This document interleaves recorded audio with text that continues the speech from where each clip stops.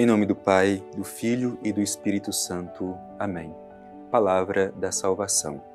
Meu irmão, minha irmã, este é o momento oportuno que o Senhor nos concede. Tempo de nos encontrar com Ele através da escuta da Sua palavra. Aliás, é preciso que sempre nos perguntemos: que espaço tem a palavra de Deus na minha vida, na sua vida? Nós reservamos todos os dias um tempo honesto para escutar o que o Senhor tem a nos dizer? Deus nos fala porque tanto nos ama. E se nós nos sentimos amados por Ele, portanto, devemos exercitar os nossos ouvidos para escutar a sua voz. Te convido, mais uma vez, a fazermos deste momento, este tempo de graça, onde o Senhor nos fala e nós atentamente acolhemos a sua palavra e nos esforçamos para colocar em prática aquilo que do Senhor nós ouvimos. Escutemos a mensagem do Evangelho.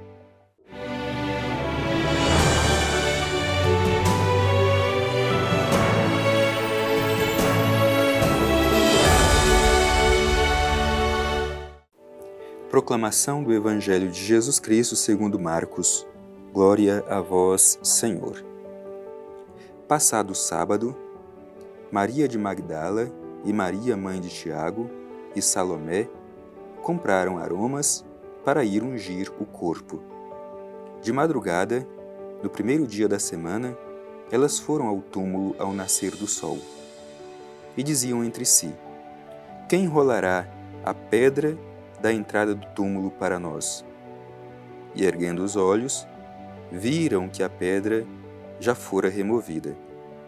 Ora, a pedra era muito grande. Tendo entrado no túmulo, elas viram um jovem sentado à direita, vestido com uma túnica branca, e ficaram cheias de espanto. Ele, porém, lhes disse: não vos espanteis. Procurai Jesus de Nazaré, o crucificado? Ressuscitou, não está aqui. Vede o lugar onde o puseram. Mas ide dizer aos seus discípulos e a Pedro, que ele vos precederá na Galiléia. Lá o vereis, como vos tinha dito. Palavra da salvação. Glória a vós, Senhor. Só para contextualizar liturgicamente esse trecho que nós terminamos de escutar, esse é um trecho do Evangelho que nós proclamamos na solene Vigília Pascal. A Vigília, mãe de todas as vigílias, quando nós celebramos a ressurreição de Jesus. E de fato, o trecho que nós escutamos narra justamente este evento da ressurreição de Jesus e tem muito a nos ensinar para fazermos também esta experiência pascal com Cristo. Vamos ao texto. O texto começa dizendo assim: passado o sábado, Maria de Magdala e Maria, mãe de Tiago, e Salomé compraram aromas para ir ungir o corpo. Aqui é interessante, alguns elementos são interessantes. Primeiro, quando o Evangelho diz que já passou o sábado, portanto, é o domingo, o primeiro dia da semana. E por que é importante esta anotação do Evangelho? Para mostrar que, para nós, a ressurreição de Jesus inaugura um novo calendário. Para os judeus, como nós sabemos, o sábado é o dia mais importante, era o dia do descanso. Mas para nós cristãos, o dia mais importante é o domingo, o primeiro da semana. Por quê? Justamente porque no domingo é o dia da ressurreição de nosso Senhor Jesus Cristo, que é o evento central da nossa fé. É dali que emerge todo o sentido da nossa fé cristã, a ressurreição de Jesus. Então, não é por acaso que o Evangelho faz questão de anotar que, passado o sábado, essas três mulheres vão até o túmulo de Jesus levando aromas, mas com qual objetivo? O objetivo era encontrar o corpo de Jesus e ungí-lo, como era o costume daquele tempo onde se ungia os cadáveres. Portanto, elas vão até o túmulo com este objetivo de encontrar um corpo sem vida. O que ali acontece é muito significativo. Bem, em seguida, o Evangelho diz assim: de madrugada, no primeiro dia da semana, elas foram ao túmulo ao nascer do sol. Este versículo também traz muitos elementos importantes para a nossa reflexão. Primeiro, porque apresenta um dado quase que contraditório: de madrugada ao nascer do sol. Quer dizer, Ainda era escuro, mas já havia sinais de luz. E não é por acaso que o Evangelho apresenta este elemento que mescla escuridão e luz. Isso mostra a situação da comunidade. Já havia claridade porque Jesus, de fato, já havia ressuscitado. É Ele esta luz. No entanto, a comunidade ainda não havia compreendido esta realidade da ressurreição. Por isso, ainda permanecia a escuridão. E essa pode ser a realidade também da nossa comunidade. Um mesclar de luz e trevas. Luz porque Jesus está presente, verdadeiramente ressuscitado. Mas pode ser que haja também sinais de escuridão quando nós não permitimos que esta luz, que é Jesus ressuscitado, esteja presente na nossa vida. Então não é também um dado casual no Evangelho quando apresenta este elemento de que era de manhã ao nascer do sol. Isto é aquele mesclar de trevas e luz. A luz é Jesus, que ressuscitou, e as trevas é a condição de fé dos seus discípulos, da comunidade, que ainda não havia entendido a realidade da ressurreição. Em seguida, o Evangelho continua dizendo assim: E diziam entre si, quem rolará a pedra da entrada do túmulo para nós? Isto é, estas mulheres continuam ainda com a expectativa de encontrar um corpo sem vida. Isso é muito importante. Elas buscam um corpo sem vida. E a preocupação delas é quem vai rolar a pedra do sepulcro para que elas possam ungir este corpo sem vida. E continua o Evangelho.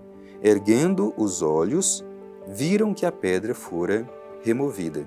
Nós podemos imaginar aqui a sensação que causou no coração dessas mulheres quando viram que a pedra do sepulcro tinha sido rolada. Certamente a primeira sensação não é uma sensação de alegria, mas de preocupação, porque a esperança que elas tinham era de pelo menos poder ungir o corpo do seu mestre. E ao ver a pedra rolada, elas poderiam imaginar que o corpo do mestre já não estivesse ali e estivesse sido roubado. Então isso causa uma sensação de dor ainda maior no coração dessas mulheres. Diz assim o Evangelho: Ora, a pedra era muito grande. Tendo entrado no túmulo, elas viram um jovem sentado à direita, vestido com uma túnica branca, e ficaram cheias de espanto. Elas ainda continuam sem ter condições de entender o que ali estava acontecendo.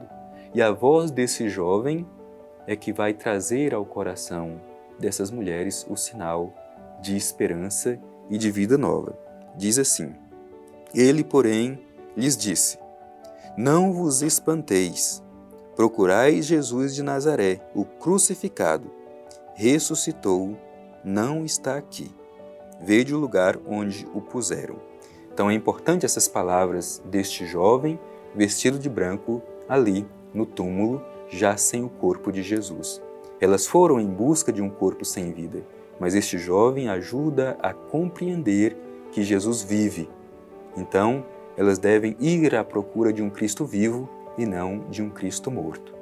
Esta mesma voz desse jovem deve ressoar no coração da igreja, deve ressoar em nossos ouvidos, que nos encoraja, que nos faz olhar para o alto, ressignificar a nossa vida e continuar o nosso caminho. Por isso, deixemos ressoar também em nós a voz deste jovem que nos encoraja, né? Não vos espanteis, procurai Jesus de Nazaré, o crucificado. Ressuscitou, não está aqui.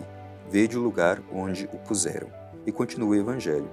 Ide aos discípulos e a Pedro, que ele vos precede na Galileia. Lá o vereis, como vos tinha dito.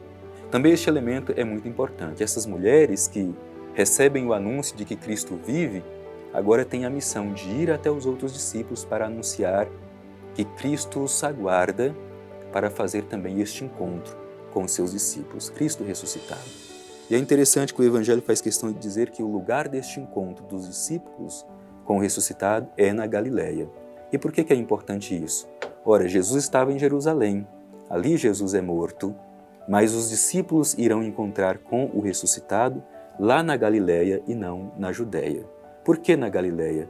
Porque é lá na Galileia que Jesus inicia a sua missão. A Galileia era tida como a periferia religiosa daquele tempo, não Jerusalém, mas a Galileia. E Jesus ensina, ou o Evangelho ensina, que onde Jesus iniciou a sua missão, ali também os seus discípulos devem iniciar a partir da experiência de encontro com o ressuscitado.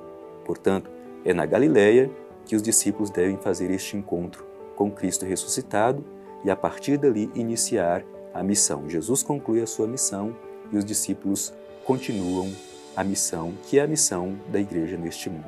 Então deixemos que esta mensagem nos encoraje e nos ajude a fazer essa experiência verdadeira de encontro com o Cristo ressuscitado.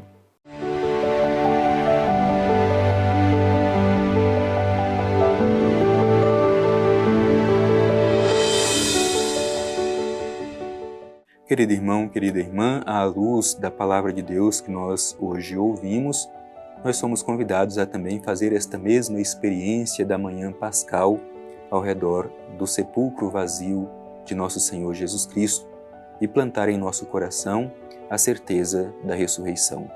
Cristo não está morto, Cristo vive e está presente no coração de cada um de nós. Dirijamo-nos ao Pai Eterno e a Ele façamos a nossa oração.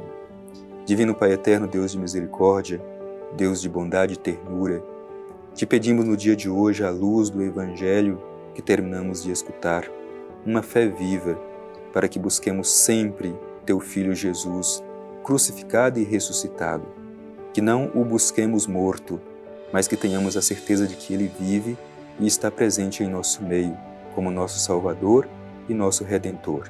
E ajude-nos, Pai Eterno, a sermos no mundo sinais e testemunhas do Cristo ressuscitado. Assim seja. Amém. O Senhor esteja convosco, Ele está no meio de nós. Abençoe-vos o Deus Todo-Poderoso, Pai, Filho e Espírito Santo. Amém.